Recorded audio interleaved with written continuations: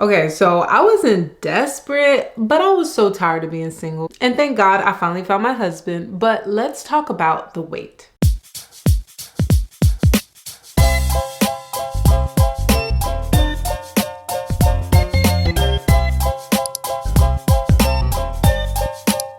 Welcome back to episode 2 of Before the Ring, a space where we're talking about the waiting, faith, the heartbreaks, lessons learned, and practical things you can do to move you toward your goal of finding your future husband. And today I'm answering some of your top questions. For those of you who are new here, hi, my name is Nida. I'm a Haitian American girl who is married to an amazing country boy, and we have 2 beautiful daughters. But before I met my husband, I was that single girl who everybody was like, why are you still single? Well, I don't know.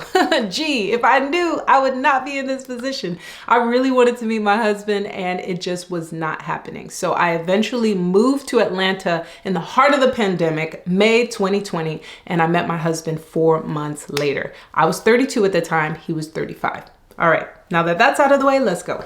Question number 1, how did we meet? We actually met online, more specifically on Bumble. I was living in Atlanta. He was living in a city called Lincoln, Alabama. And so we both had put 75 miles as our maximum radius, and it happened to cross paths. If you want to hear the full story of how we met, it's actually on the story highlights of my Instagram and my TikTok, where you can see a 6-part series of all the things that led to us being people who met each other, engaged 2 months later, and literally married within a year of meeting. How did I know he was the one, and did God show me any signs before then? Before I answer that, I think it's important to note that I thought God said many people were the one, that it didn't turn out to be the one. In fact, one of them, I prayed even while he was dating the girl. I finally shook out of my deception when he married her. And I had to realize, you know what? It's witchcraft to try to pray that God's gonna change somebody's heart and make them leave that other woman and come be with me. No.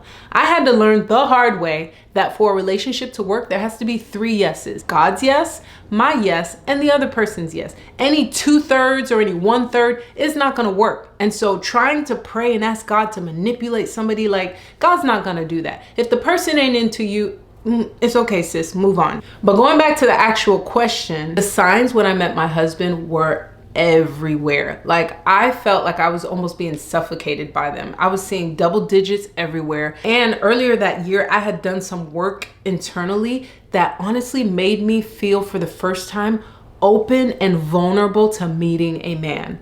I don't know how to describe it, except that before that, I felt like I kept saying I wanted a man, but there was almost like this veil in front of me where I didn't actually feel open. But in that work of like getting in touch with my femininity and just like letting go of things that had kept me from wanting to be with a man, something happened. And I remember it almost felt like emotionally, physically, and just in my spirit, I felt open and I was just like, whoa, a man is gonna find me. Like, they can see me. I felt revealed. And so there was that. But then the moment I met my husband, y'all, first of all, the first phone call I had with him, I hung up and said, I'm gonna marry this man. I just knew it. I just knew that I knew that I knew. And then when we went on our first date, it was so weird. It felt like I was going through the motions. That's how much it felt like it was already done.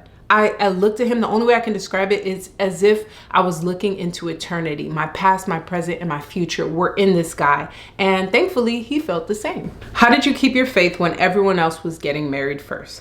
Honestly, I can't think of a time of when I wasn't happy for someone who was surpassing me or doing something that I really wanted. I don't know where I learned it, but somebody taught me that when someone has something good that happens, you celebrate deep, because their testimony is your prophecy. There's a scripture in Revelation that even says, may the testimony of Jesus be a spirit of prophecy. And I took that and ran with it. So when my girl was getting engaged or getting married, yes, I'm celebrating with her. And the few times, because I am human, where jealousy or comparison would come in, I would approach it with compassion from my heart. I wouldn't be like, oh man, why can't I just get over this? Like, man, stop being jealous. Like, stop being a hater. I wouldn't do that to myself. I honestly would get curious about it and ask my heart, like, yo, heart, you're feeling really rough about this. Like, you're comparing yourself. What's going on?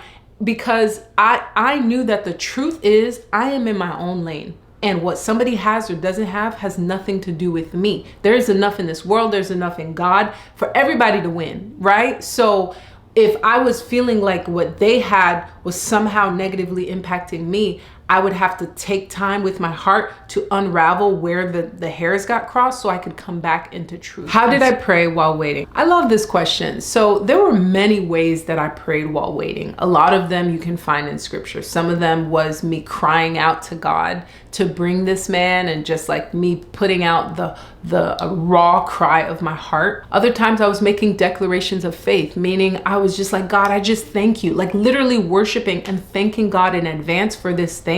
Because just like the Bible talks about in Hebrews, faith is the substance of things hoped for, the evidence of things unseen. So even though I couldn't see it with my eyes, I was believing that God is outside of space and time and he knows who this person is. And so I would literally declare as if it were happening. And another thing I would do is I would pray over that future man. God, I don't know who he is, but you know who he is. So I just pray your protection. I pray your peace over his finances, over all the decisions he's making today. And yes, I believe that God covered him, but I also believe that these prayers were mostly for me because they built my faith. Advice on online dating. Ooh, I hated online dating. And to this day, it just it gives me the heebie-jeebies. I probably did online dating maybe 5 times, and it was probably the 5th time when I actually met my husband.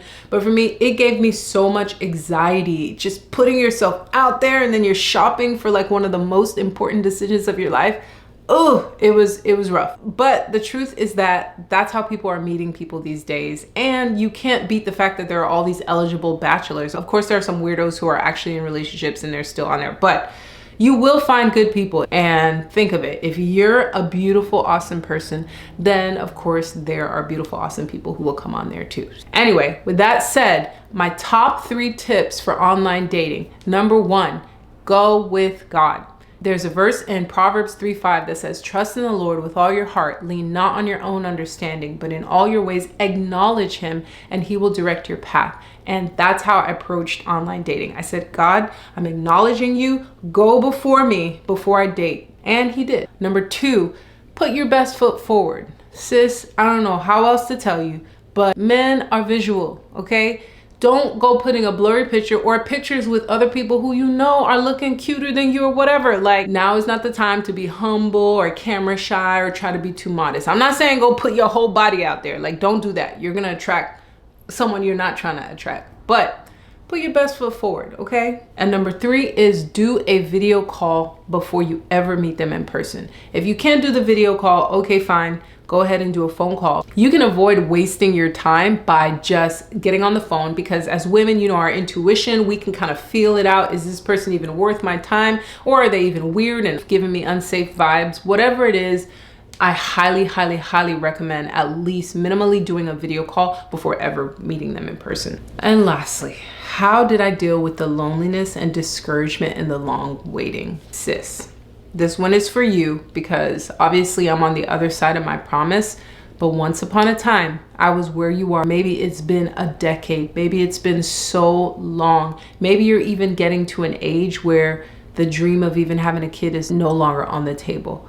Whatever it is, you can still have joy. You can still have a full life, even in a seemingly delayed, or in a dream that just never really materializes. How you wait is literally up to you. The fact is that you are where you are, and by faith, we believe you will meet your husband. And so in between that time, what are you doing? No one knows how quickly or how long it will take. It would be such an awful waste to just stay miserable the whole time until it happens. Then it's like, okay, now I can be happy. This was probably the hardest part of waiting for me. It was the gut-wrenching feeling that everybody else at the end of a party or an event would go home with someone else, but I was going home by myself.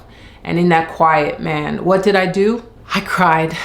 I wrote songs. I invested in my hobbies. I made peace with solitude. I would encourage every woman who is in that long waiting period, when you're discouraged, cry out. When you're hopeful, enjoy the hopefulness. Life is a journey, and whether a man is in it or not, it can be beautiful, it can be fulfilling and full, and it can be worth it. Become, grow, love, live, all the things.